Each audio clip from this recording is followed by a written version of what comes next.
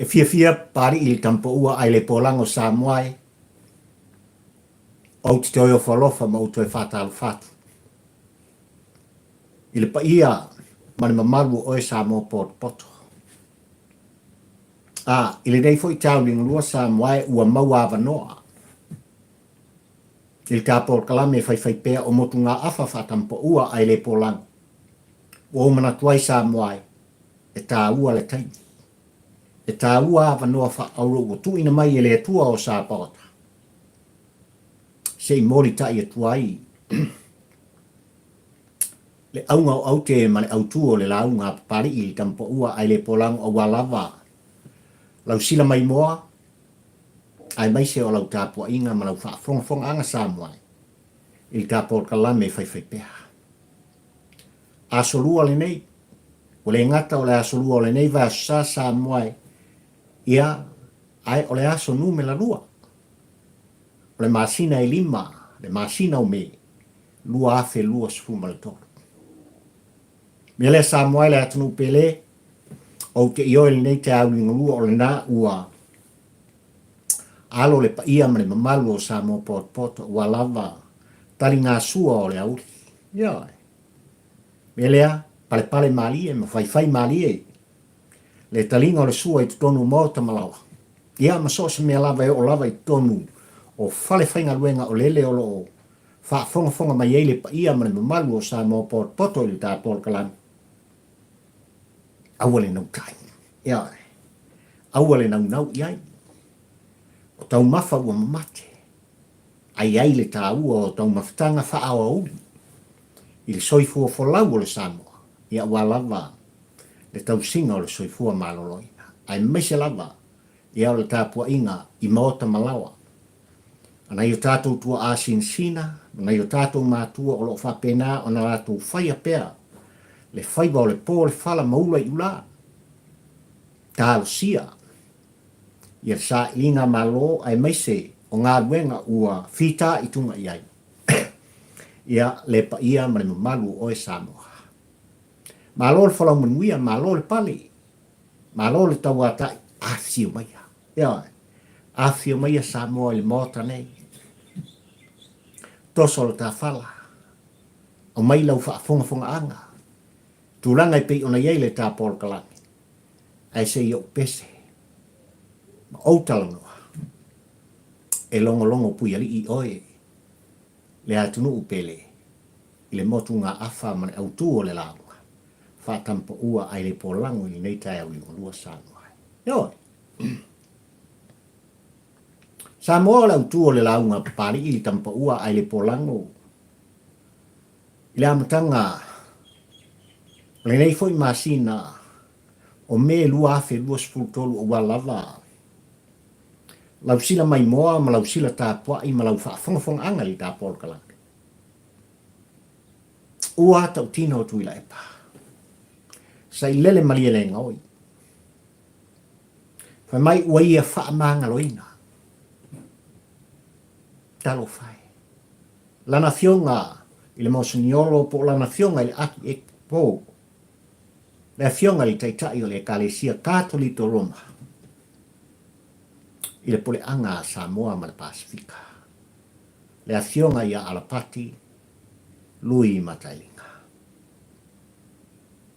Wow. Aisha.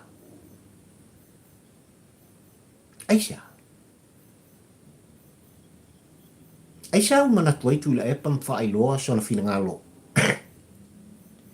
Waia wha mangalo. Le taitai o le kalesia. Talo fai. Talo fai ua wala au le tua o sa paota. I lana au auna sa i tutofi. Awa lava le taitai inga o le nu. Le taitai inga o le kalesia. Le taitai fai mai sa i a fafanga le nu. Fafanga le kalesia i lona fatu sa mai.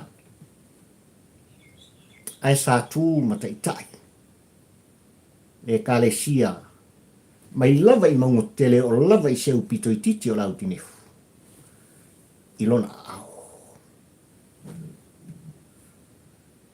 A fa mai tu lai pa. Wa o fa ma ngalo. Ele aki e po ala pati lui matalinga. O le au tūle nā o le launga pari i tampa ua ai le polanga muli mai sa moai o le a o iai sa o te lenga. O se motu ngā afa ai mai se fo i o se tū musu i le tāpua inga apulotu. Ia e. I le whātau wa o le tā ua ona ai mai se fo i o le tāpua o kalame whai pēa.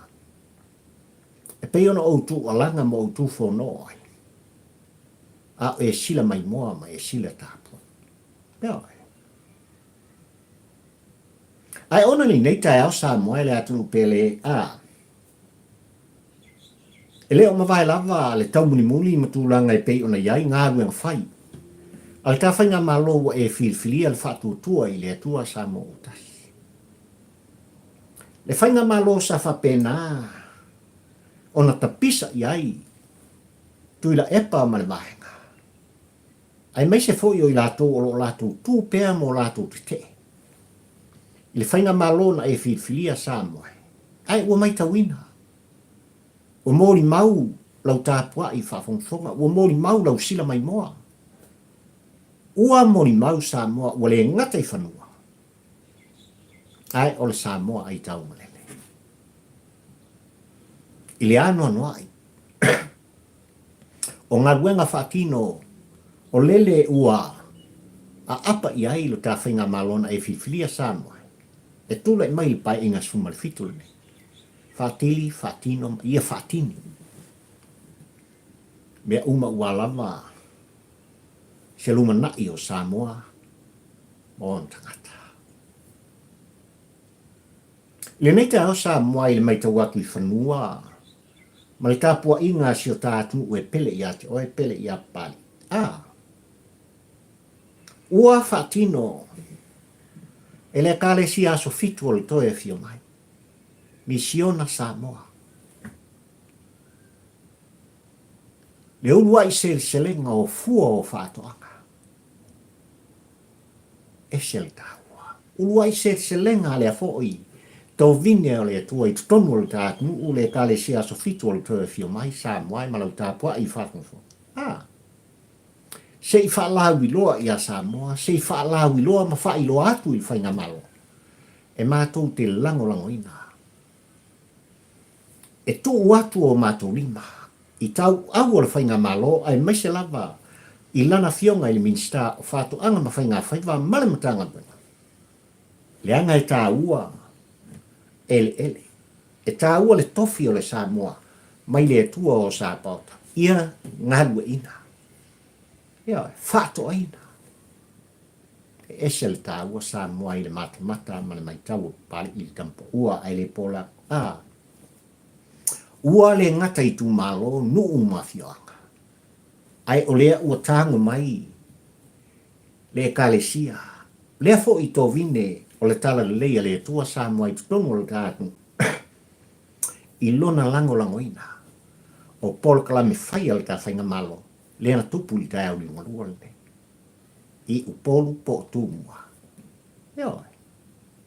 Mai tawina le tā polo kalame le anu noa i o fua o whātoanga. Ia, le tāua o le ele o le tofi o le Samoa.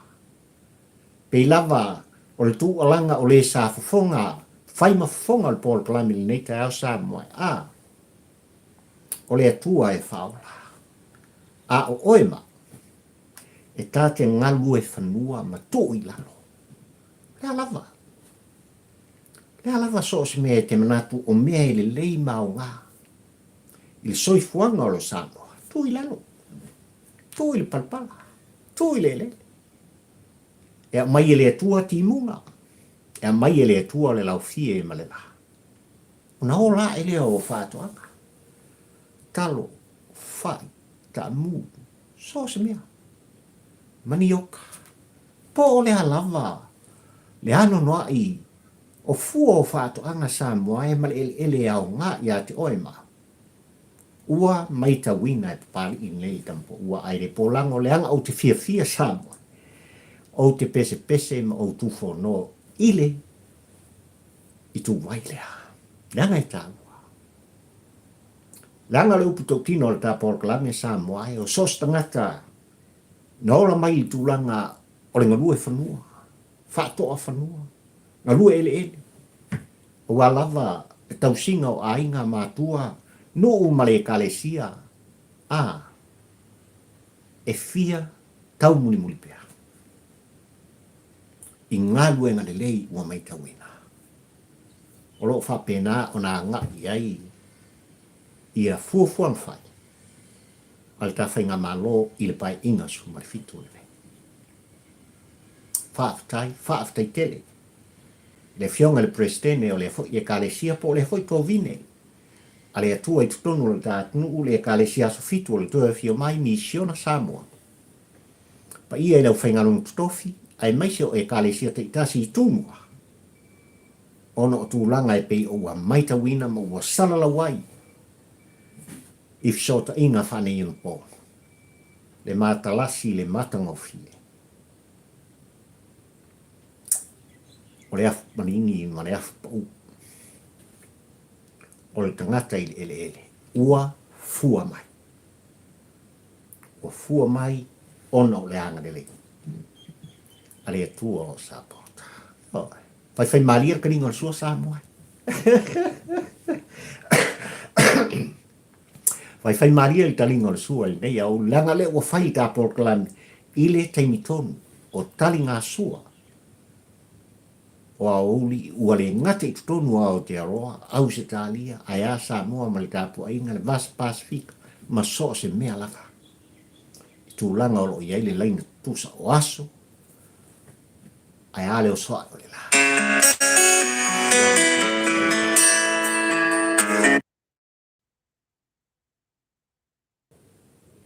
Samoa ma lau tāpua i whawhongwhonga. O winga ia o le tāpua o kalame.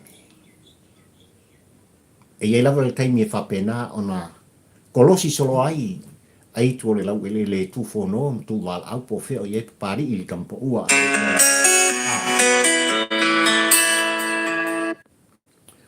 Whamaruru o tuai i le whawhongwhonga anga a Samoa. Ua manino tūlanga e pei ona iai e fuafuanga mpor kalan whaifo i al tamalo ai mai se lava. O lana fionga li minsta o ngarung titele le tunu. Ia mal ka whainga malo ma ai ngā kapineta Samoa o se whaamama a venga. O se tala leo malie. Ono o tūlanga e pei ona tanga iai le whainga malo ma le tūlai mai i le tāua o le miliona ma le poloketi o whaatinuina Samoa. O le mafu anga leo le tuina mai i a te oele Samoa ai tau malele. Ia te oele Samoa o lo au mauma papa au tonu au te orone. Au se tālia po o whialaba. Susue le whaamalama ma tilo tilo i a Samoa. O le ale winga o le whaamatalanga. Ua tu ina mai e le ka whainga malo Samoa e tūlanga a whailava e te manatu ma e alofa i lo ainga i Samoa o e o lo tausi. Lo ta ainga ma whaatinoina ngā guenga. I ele mo tā whanua. Ua lua se fulu tausanga le matua. O se ta vale te tango au i Samoa. E moli tai whanua. Lua se fulu tausanga e anak mai le lua afe lua suma le tolu i le taimile. Lua afe ma le tolu Samoa. Anga i mai tau li malua le nei le matua o se piti apu, se taina, se loni, se palau, po o le alava, se tu ai ngata vale. O fausanga ai mai se fo i o tūlanga i pei ona o tō lau Samoa piki apu, o se whauwile, o se palau, o se taina, o ni loni, po o le alava o lo o le lei ato toa, ma malutia, o lo o iai le saonga le. Le whaamama a venga namo o e mapari i le tampo ua ai le polango le tau li ngolua nei, ua tu ina mai le tawhainga malo.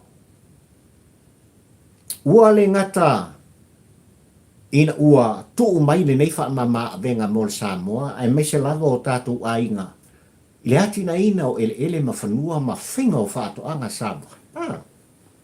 Pea ana ufa iatu o se tala leo marie, i le tau muli muli a papari i le tampo ua ai le porako. Ia. Aua tātou te misia le awanoa.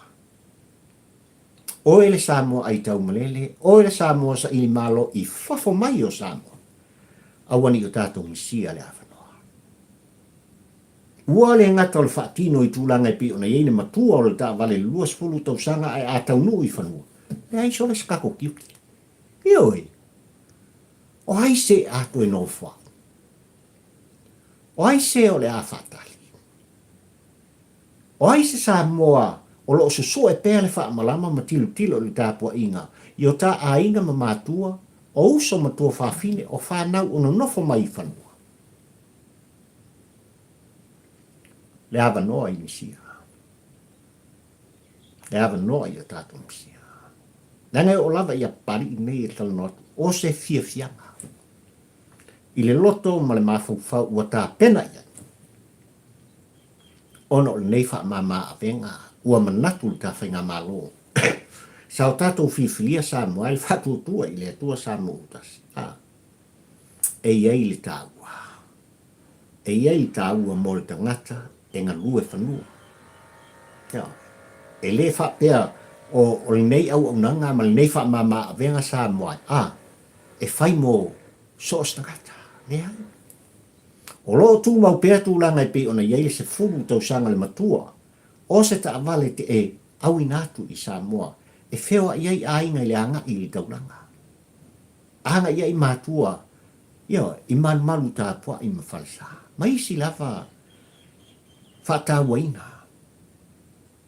O so se ta avale i tutonu o so se ainga. Ai o le wha mama a venga. Leo o tu ina mai mole au whai whaato anga a Samoa ma le au ngalu lue whanua o le dātu. Ole na. Lua se fulu tau sanga le matua o se ta avale. Se whawili, se piki apu, se palau, se loli. O mea uma ai ao o na tā pena. Siaki lelei i a mautinoa. O lo i aile sao ngalemu. Po mori loi whanua. Po mori tai loi whanua. O lesi lea vaenga na o manatu Samoa e o te longo ai. Lau tāpua i whawhongwhonga i le nei a ori. Leanga o se tala leo malie. I le tau muli muli i le abatu ma le au mai. Ia ai mai se foi. O le tāpua o kalame whai pēr. I lea vai aso. Ma lea vai aso.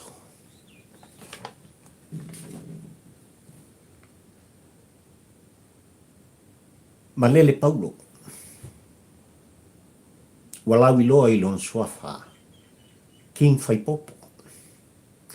Le kamai fai mai the broken English. Ai sa pari u manatu se ito e fai se whamatalanga. I le sunga i amale le Paulo Samoa. Tūlanga i pe ona i eilwha masnonga. Lea ua. No whailo i ai. Le tāpua i whawhongwhonga a Samoa. Leanga leuputo tino pali i le tampa ua ai le polanga. Sole. E le valea king fai pupo. E malama lama male le Paulo li tūlafon. Ma fuaisa. Tōre pūlo o pali i le tampa ua ai le polanga. I le atama whanau o le atu. Ua wha polonga ina o ia i Samoa ono le ano no ai. O tau mwhainga e leo toi pō i ai male. Ina ia whano ai lona ola tau mwhai i tutonu o Samoa. Ma saisai ti ai lona sa o tonga malana i ati tau Samoa. Ai mai se ua motu si ai. Mawhatanga mawhanwhana mana i whana. E le valea king fai popo. E malama king fai popo i tula. O le mafuanga lenga kiki ai whafo. E king fai popo o lana loia. O le winga leo le whamtalanga pali. Na whate ia le sa tu lai ma vea malo ia king fai popo i nawa sanse i mwai atu nei. Ai maise le asfalele sa mwai. I le tō, i le wha sauni atu. E tu ina mai i le wha i unga le wha masina. Ina o tu wa e malele. Le sunga ia malele pau. mo moli le au i lana fionga i le whaamsino si ngia le fionga ia. O kele o koe mga umia la ulo ia la whaamole mole. Ia. E ngā kere o whaia meian o ta uam o tau tala ia i e whaatino e tusa manamata. O le mga umia. Mea le ala ua fionga i le li whaamsino. Tu mai le avanoa se i toi sa ili.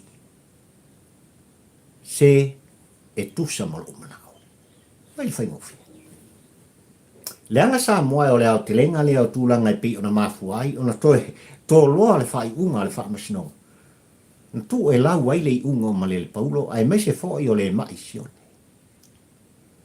Ai le tau muli muli pēa ma le whai tau i tūlanga i pi o na iai, i al whai unga i lea vai ason se i mawai sa o wata. Na o wha afitai. Tōlo pūlou ma o wha alo. I le tangata e tūla i e toa le loto e whina wailana i ati tau. I le whaamasinonga le tātu. Ma sos mea lava sa noa. Leanga tātu tala noa i whaamasinonga. Talo whai. O le mafuanga le sa moa e ua mafuai. O na le uala e lava e tinga lava. O na iai i tangata le ami o tonu le moni mal sa onga. O lana fi nau i so se mata upu o morita iai. I le tula fono le dādu. Ai aha, tua e ale lo ia o leo lo tūmo o e pōpa pali foi me whape mai teki. Oka okai. E mafu anga leo le tūmo o tanu malala ni taimi. E io e papali i nisi o mata upu. I le whamasinonga Samoa. Ua turi whaasalanga. O nisi o tātangata i tono le kātuni u Samoa.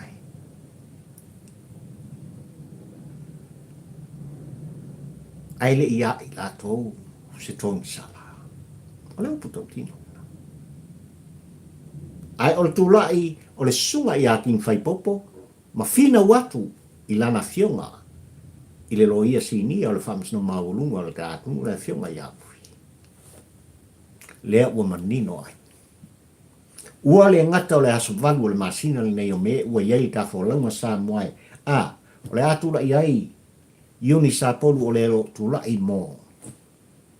Le mai sione, ia? Ai o le atatou talia. Po ai se lo ia e toa malofa. Ua filifili e le sunga, ia ma le polo. E tula i e fina wina. Lona moni malana ami o tonu e pei o na fina ua iai. Ei se mea ngā lainga ne umar sa inga o la kusilo ia. Ei se munguma le paulo ua si i le lima o pari. O ti tau tua fua ia te o eleanga iai lau tāua. E iai le tāua o le atali i le nei ia pari i sa moai ma lau tāpua i whafonga. I le ano no ai. O mata upu sa ia fina wina. E le moia. E mo i tātou. Ai wha mea le au tū o le launga pari i nei te au ngulua sa moai ma lau tāpua i whafonga.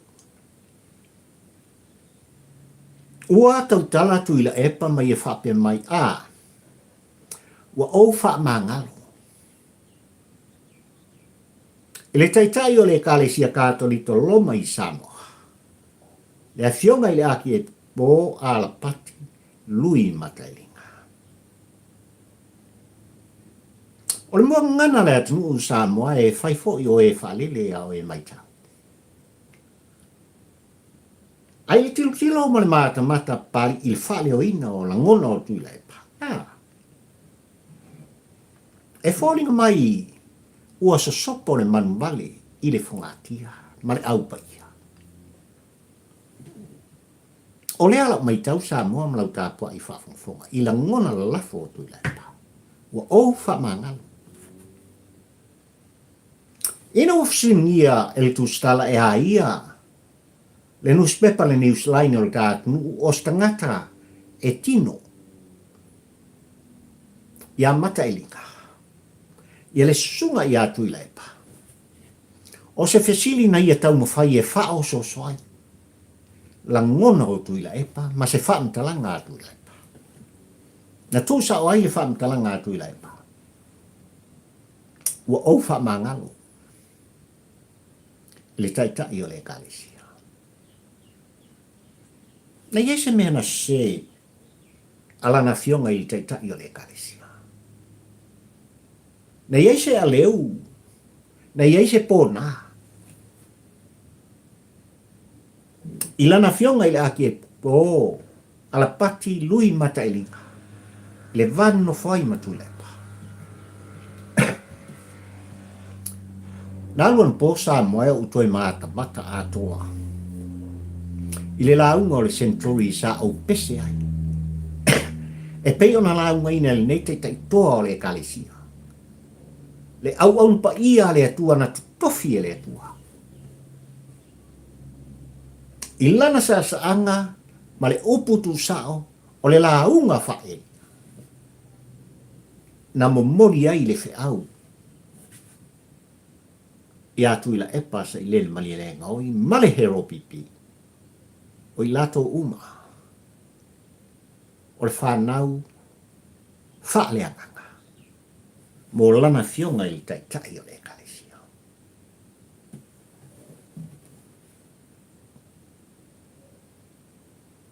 Sa moe malau tāpua i whafonfonga. Ili tau muli ma. Le mata pari ili tampo ua ai le polango.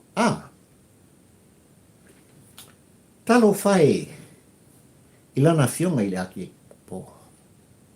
Ilona tala anga malona soifua mai. Le anga leo putau tino ili tau muli pari ili tampo ua ai le polango. Na to tofi e le atua. Le fionga ia alpati lui matailinga. Ile manava o lon tina tu lou lau whafonga tātua. E avea maana au auna. Ile laulangi le nei ai mese lavo le kalisia Samoa. O leo putau tino le na. E soifua mai le afionga i ala pati lui matailinga ile soifuanga le nei Samoa. Ua maea mo moli le taulanga ora. Anai ona tua ana soifua mai ai le nei au una toa le tua mole kalisia e mese fo i o Samoa. E fai mala taulanga. I le atua o Sapota. Le atua e whaavai ai Samoa. O le atua e whaavai ai le kalisia. Leo putau tino nai le tau muli i whamaunga le mata. O lona winga i le whaamtalanga pari i le tau muli le avatu ma le au mai Samoa. E soifo mai le afionga i ala pati lui matailinga e talo fai. Ua wala au le tua i siona soifua. Ai o whaapea lava ona fai. Ai soifo mai. O ia lava o le suiva ia o le tua. Ai sea le tangata.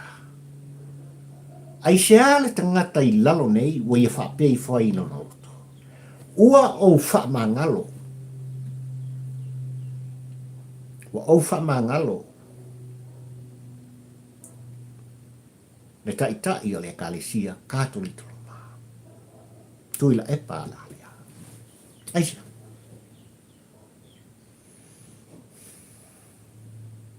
O leo puto tino le tāpol kalame Samoa e. O iwa e manino ai ma o wiloa.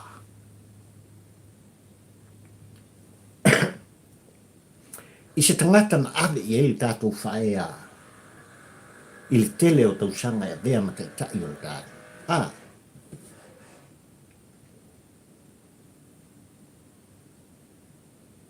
Ai falling apart.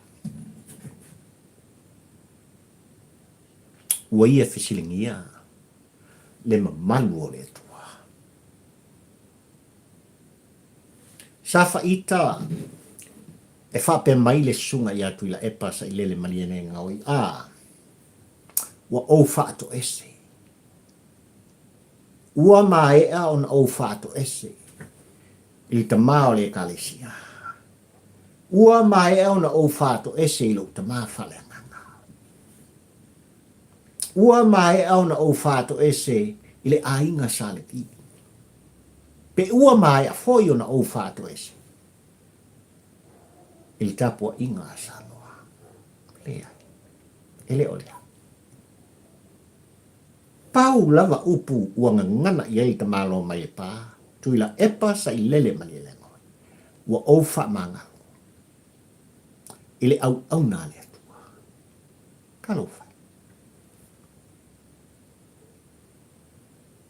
Samoa ele atu pele. O oe mau. O le whanau o le tua. O tātou tangata Kirisiano. Po o fea lava le tō vine, le whata whaita ulanga. O lo e tō tuli ma ngau iai o tuli vae, mo vae Samoa e tātou te wha manu. Ma mori tai le vi inga. I le atua o Sāpauta. Tātou te le so poloa i le vāta puia ma le vānu nofo. Lau puto tino. Tātou te le fisilingia fōi. Le au whaingalunga tutofi le atua. Le anga ua mae ea whaapa i eina. Ua whaama maruina. I le suafa o le atua. I lato. Tātou te le fisilingia. Ua nā o le atua i li oenga mai talitonunga o pari i li tampa ua ai le polango. Oro i a te ia lana whaama sinonga. I lana au whaingalunga tutofi o na sulivaia. I le soifuanga malalo nei. E nā te wha manuia, e nā te wha ma ngalofu. Loputo tino. Ai le mawhai e se ti Apollo. E le mawhai fo i e se atali o se satani. Se tangata o tātou mori mawina. Le wha siri au pule. Le fia pule.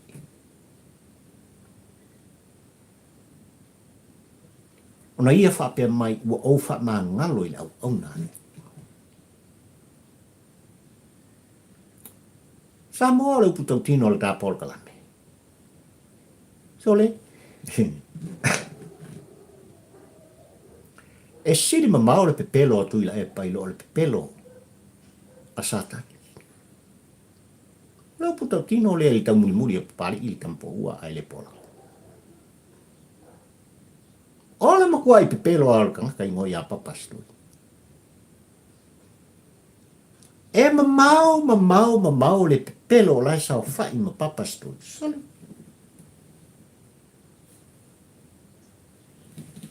Manus felo. Na tuli ese mai la.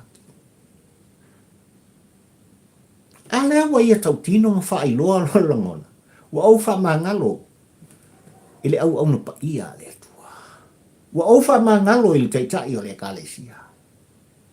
Ai pe ona au ta ua Samoa. Talo fai. Talo fai. Ile au na pa ia le tua. Talo fai le taitai o le kalesia. Na to tofi e le tua. Ai le soifua mai o ia i laulangi le ne. Na vala wina i le atua, le afionga i le aki e po. Ala pati lui mata i linga Samoa i le taumuli muli, a pali i le nei ma wha maumaunga. A o iai le manaba o lona kina. Lea ua vala au le atua. I lona tali i whale. Ua wala au le atua le tamao le kalesia. Ua wala au le atua le tai. O le kalesia le pule anga Samoa tō ke lau ma le Vas Pasifika. Le afionga i mosani. Le afionga i le aki e pupo. O la pati lui matai. Talo fai. Pe lava on tu fono pari na manatu tapo ka lame Samoa. Ai e whape mai se whametalanga atu i laipa. Ua wala au le atua i ala pati ai ua mae a ona o whato ese. Ua wala au le atua le suitaitai o le kalesia la mosa, po le kalesia whaptonga Kirisiano o Samoa, ai ua mae a ona o whato ese. Ua wala au fo ile tua ilana sunga po lana fionga. Ile apostolo pasta Williamu Mathue. Ai ua umona o fatu ese. Ua wala au le tua ile sa avea matai tai fono. O le kale sia tu fatasi le fionga ia le au pepe kasiano. Ua mae ana o fatu ese. Misi atoa. Misi atoa. Po sose au pa ia lava le tua i sose fata fai tauranga.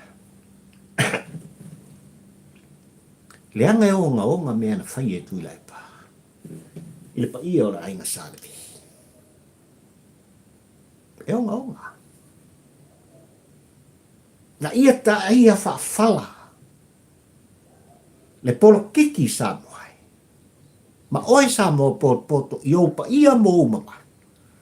Pare au whainga nuenga tofi le atua. Ta ai fa fala e tui lai pa. Ona ma kua fa maawa lunga o ta. Ai le foi fa salanga me le foi mata pari il pol kalam ya tu la pasa le malina oi mal auto stala ai mese.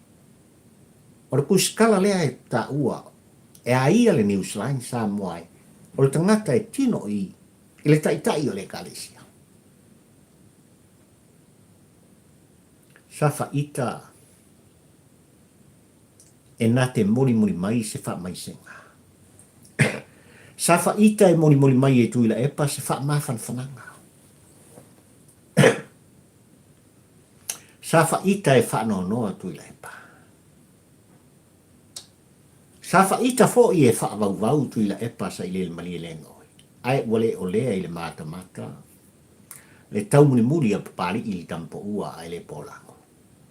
Pana ona fa i loa ona ngona fa sau sili ma le fa mawulunga. Bana fa mtalaka.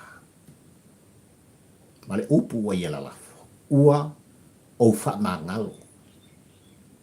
Ile tai o le kalisia katolito. E a fionga ni mosino. Aki o alpati. Lui matairinga. Ua sopoloa le manuale. Ile o fanga pa ia. O le ainu pa ia le atua. Talo fai. Sa moai malau whaafonfong anga i nei tau li ngolua o le tā polo kalame. Ioi. Le tampo ua ai le polango ai mai se fo i o sila mai moa a Samoa. Ua tau nuu i whanua. I le tai au le asolua ma le auli o le asolua le nei. Ma sina o me le nei. Lua fe lua suma le tau. Le sā o lana fionga. I le tai o le ekalesia katolito. I ei pēle wha mai senga le atua. I wha mawhananga le atua o sā pota. Ua le ngata i le ekalesia poto moana tai. Ekalesia so whatasi moana tai. Le tawhainga malo moana tai. Pa i ainga lua. Ai mai se o nuu ma fianga e ala tou le lupe whalele. Safa ia mai le fui. O walaba le atua malon finga. Lea ua toi a mia e le atua. Ai le pol kalame o walaba toi sauninga o lana fionga i rati. Po. Fionga i ala pati lui matailinga sa moa e forika mai.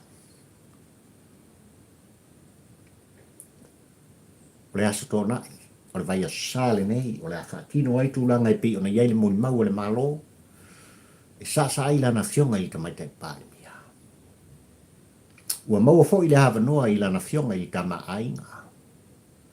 Le a fionga i tu i atua tupua, tam sese efi sānoai, mō le moni mau o walaba, le soifua ngalue ma le soifua au ona, o le a fionga i ala. Ia mamoni maua ainga nuu mafioanga e maise o le kalesia poto. Al tu fono pari i tampo ua ai polango. Aua lapa. Au lava nei tu ua se avnoa. Ia sa ilele mali le ngoi mo se moi mau. Leanga leo ua manino. Lona te pea, ua vala au lava le tua o sa paota i lana au auna. O le tamao le kalesia. E misi atoa se fato e senga.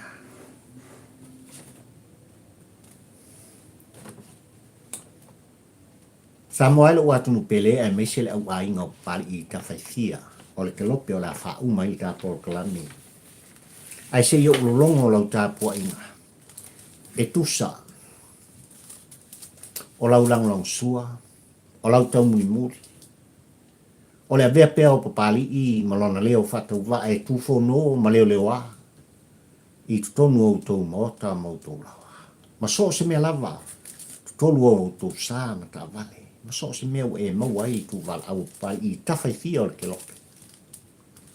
Mo mori ele nganga o le whaaftai o papali i ona o le tāpol kalame i lau lang sua sa noai. Le tai au nei, ai mai se fo i o tūlanga i pei on tui na mai ai, e le nei ala ata ma le nei. Le YouTube e pei ona o whao ngā ina se li poti o le luas fulwaru aso no se i mawai atu nei, se i o mata mata ma o tilo i. Wau manatu ai. Tau lava ina o lolongo, ona o le whaaftai tele mai o tangata whatau waa. I lau lang sua sa noai. I le luas fulwaru aso no se i mawai atu nei, po o le masina se i mawai atu nei sa noai. E lua se lau valus fulu wafi. Iwa se lau fitus fulu tolu i latou no latou mata mataina ma viwina. Le por kalame a pari i tampo ua ai le polano. I lunga o le tayu. Lua se lau valus fulu wafi. Iwa se lau fitus fulu tolu. I latou na mata. Ai le taimi na wha mai mawina e pa ia o i lato umai tono lusu walu aso. I le ripoti na utau li maina le tae au ni sa mo se fianga le loto. E lua tesi ma le valu miliona. Taimi na wha awina ma wha mai mawina. E le pa ia ma le mamalu o sa mo. E mai mo ai ma matamatai. Lua tesi ma le valu miliona.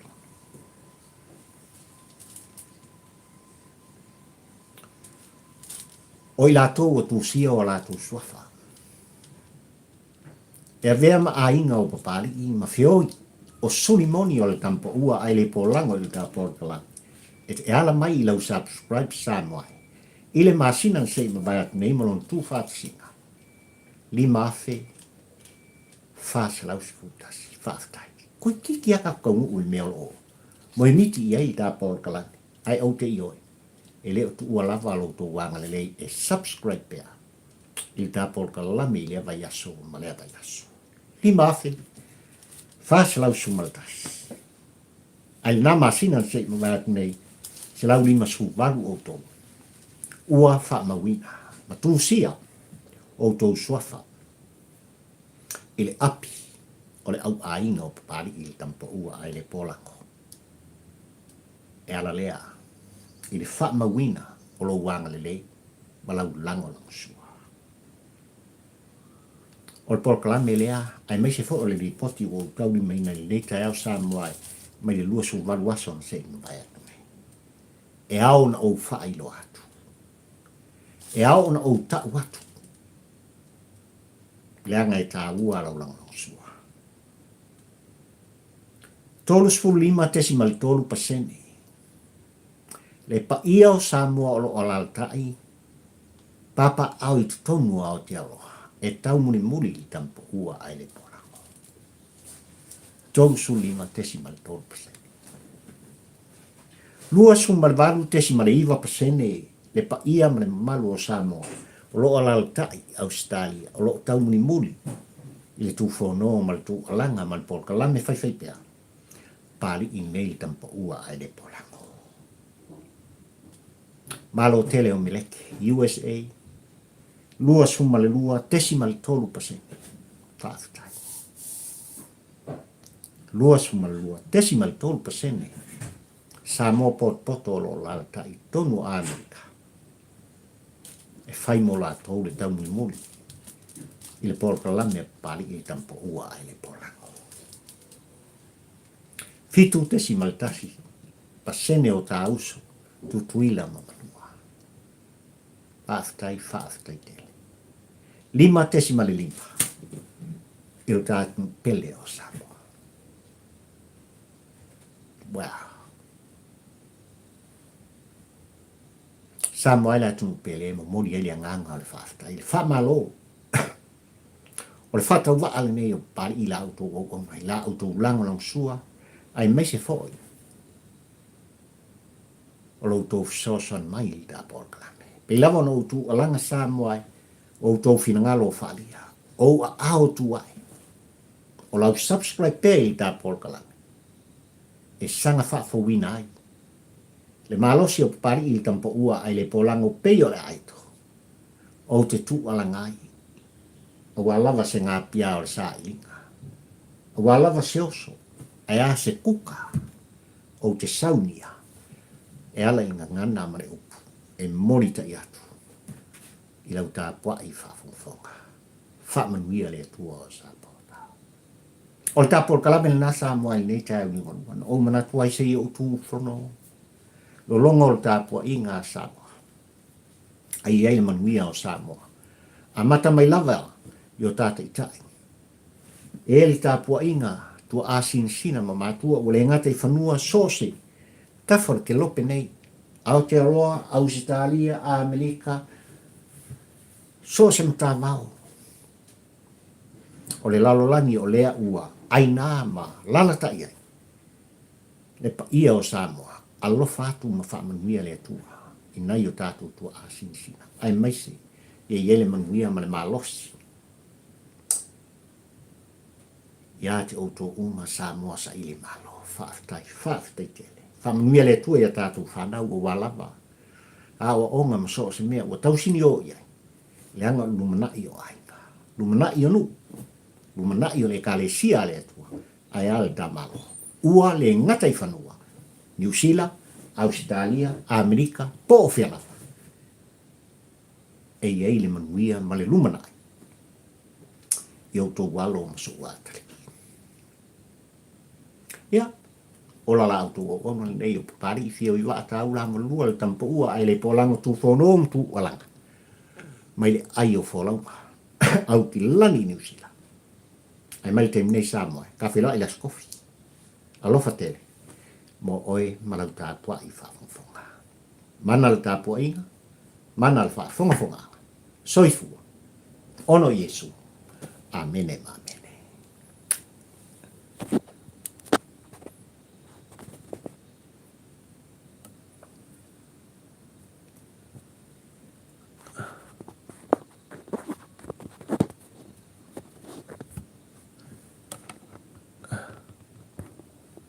What is going on?